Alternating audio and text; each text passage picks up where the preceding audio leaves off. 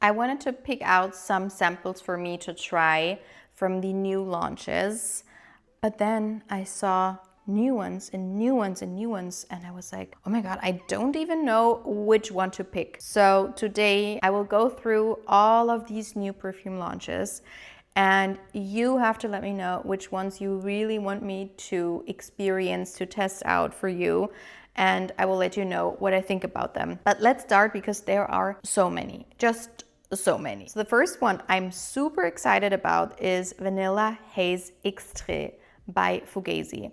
This one has main accords of vanilla, sweet and warm spicy. And the original is one of my favorite vanilla scents. Fugazzi is a brand that is hit or miss for me. I do like some of their perfumes, but a lot of them are not my type of perfume. And so with this one, I got the chance to test it out when it was not even launched yet. And I begged the brand to tell me what it is, because I just got this random sample and I was like, oh my god, this is so good, what is it? And once they launched, I fell in love with it, and I have been wearing it a lot. So this one sounds really, really good, though I'm not too sure how it will be for the fall and winter time because it has coconut, but for some reason I'm going into the direction of Vanilla Powder by Matiere. This one has coconut milk in the top, as well as hazelnut and lemon. Then it has vanilla, 2 times of vanilla, clove, cashmere, and tonka bean, caramel, saffron, musk. I love all of these notes. I love all of them. And so I'm super excited to try it out and see what I think of it. Some people say that have tested it already say that it once again smells a bit like Baccarat Rouge. I'm happy to report back on that. And some people say that it smells like Vanilla Powder and a new version of that, which I'm curious to see if it really smells like that. Talking about Vanilla Powder, Matiere is bringing out Vanilla Powder Extrait de Parfum. So maybe it's the year of Extrait de Parfums. I thought when I was in Paris, they launched so many perfumists, and they said that it will be the year of perfumists because everyone is switching to perfumists. Everyone wants to, like the consumers want more inexpensive product, something more light and airy, and something for the everyday type of use.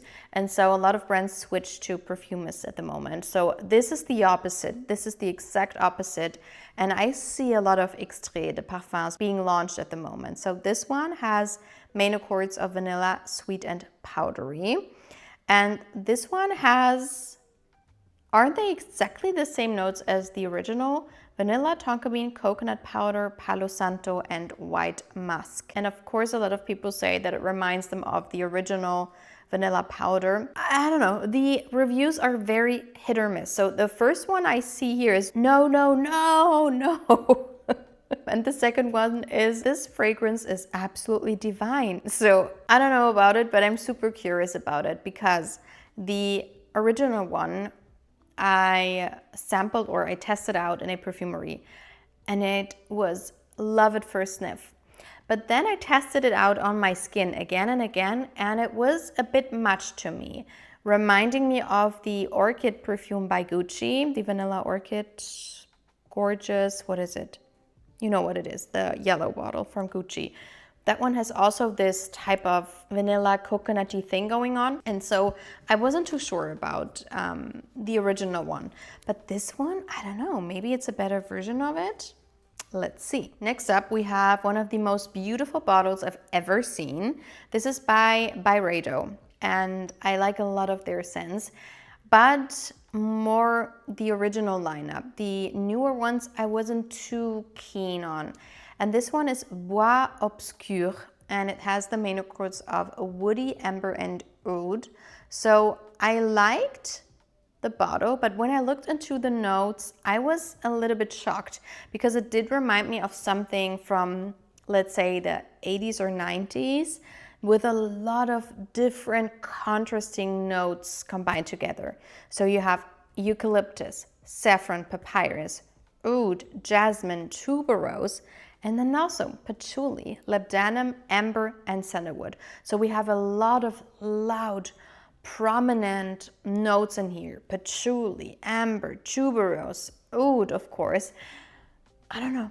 I don't know what to think. Someone tested it and said that it reminded them of the Bentley perfume, Bentley for Men Intense, which is a perfume my husband has. And that one is actually quite a prominent, boozy, warm fall and wintertime perfume that definitely leans towards the masculine direction, in my opinion. But I do enjoy that one. Maybe it will be like a more well-blended, finer version of that. Let's see. The next one is from by Rosie Jane, which is a perfume house I really do enjoy, and I like a lot of their perfumes, but most of them are very, very fleeting and very soft.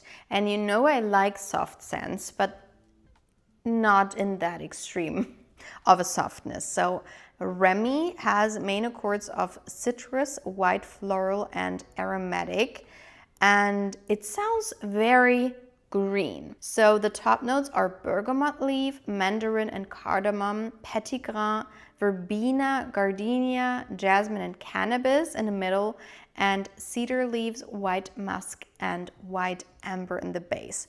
It sounds really different for them, and I do enjoy a lot of like citrusy perfumes. I don't know if I would launch something like that right now because we're in fall, but then again we have this white amber, which can be a very, very beautiful note. I have a perfume with white amber, and that is one of my favorite, most used perfumes in my collection. So we also have the cardamom, which is one of my favorite notes for the fall time, and it also gives everything that bit of spiciness, so it could lean into like a spicy orange type of perfume. And here we do oranges and we put cloves in them, and of course cloves are not cardamom, but they still have this soapy spiciness about them. So I don't know, maybe it's like a cozy fall time perfume. Let's see. The next one is Cherry Stem by Phlur. And when I went to London not long ago, I tested all of their perfumes and perfumists again.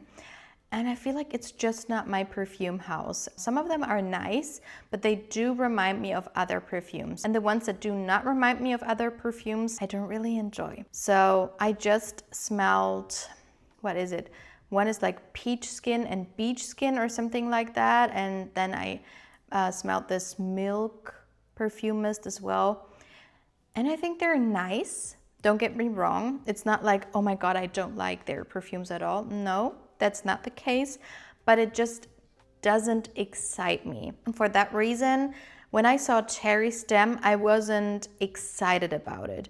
Because as I said, the ones I smelled before from this perfume house do not excite me. And also, I told you before that we've seen so many cherry perfumes. I'm a little bit over cherry perfumes at the moment. But let's go through it because maybe it's something for you. The main accords are cherry, sweet, and woody. It does remind me of some perfumes when I look at the notes. So in the top we have black cherry, orange, brandy. In the middle we have plum, red freesia, jasmine, and sugar. And in the base we have leather, ebony, and caramel. So the freesia, jasmine, sugar combination reminds me, together with the orange, of Maud Vanilla and the Kayali Silk Santal scent. Could go into that direction. When I saw the plum and brandy and leather ebony combination, I thought of My Beloved 11th Hour by Byredo, which is a beautiful scent. So when I see this, I don't really see like a cherry forward scent. This could be a very nice boozy fall scent, but it could also go into the Angel Share direction, that kind of thing, because it's like fruity, boozy, and a little bit woody.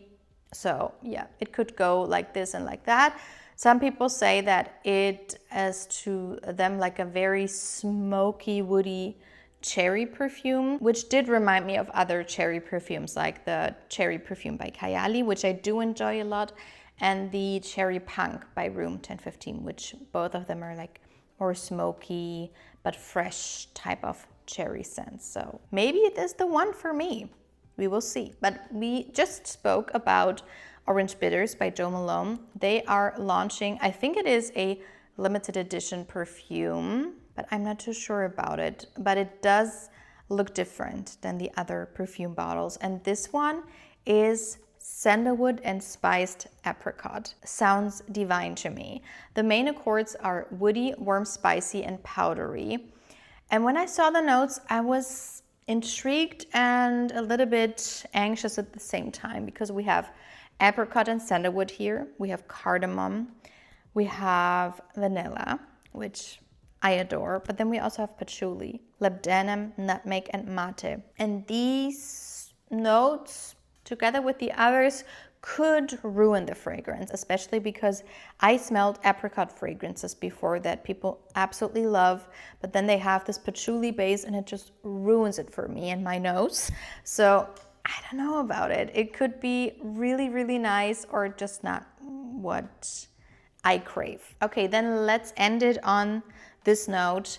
The Kayali Oudgasm range was expanded, and they just did 2 new perfumes. One is called Chocolate Oud and one is called Milky Musk Oud. So the Chocolate Oud I'm not really interested in, because chocolate and oud is not a combination I specifically enjoy. And also I've seen reviews of people saying that it is in the same realm as Angel Share. Everyone says that it smells beautiful, they enjoy it. It is not exactly the same, it is something different, but if you have perfumes like Angel Share and others, and I have a lot of those, then you don't really need it. So maybe I will smell it when I see it in the store, but Milky Musk Oud is the one that I'm interested in. So the main accords here are musky, woody, and powdery. And we have notes in here that I didn't really see coming. We have pink pepper, strawberry, coffee, and saffron in the top, sandalwood and incense in the middle, and then the base is oud, white musk, and tonka bean. So where's the Milky? Where's the Milky? Maybe it's just tonka bean and white musk, and that is it. But strawberry and coffee with saffron and pepper and incense and oud. I don't know. And the reviews are very hit or miss. So people seem to either like it a lot or do not like it at all. I just saw one reviewer saying that at the beginning they do not really enjoy, and then once it settles down, they really do crave it and enjoy it. If you think of which perfume it could remind you of, I hear a lot of people say that it's 50% Blanche Bête and 50% Santal 33, which to me sounds crazy. It really sounds crazy, because those 2 perfumes are so loud and very different from each other, and to combine those 2 sounds insane to me. So I don't know. I really want to try it out and see, but yeah, it could be really good or not at all. So I will definitely try this one out and let you know what I think of it. And if you've tried this one out, maybe you have it already in your collection, let me know what you think. Let me know if you think it is like a combination of those 2 perfumes. So these are the perfumes that are being launched. Like 1% of the perfumes being launched at the moment. It's crazy. It's just crazy over here. And I'm very slow these days because I'm a little overwhelmed, I have to say, with all of these perfume launches. So let me know which ones I have to try, and I will see you in my next video. Bye bye.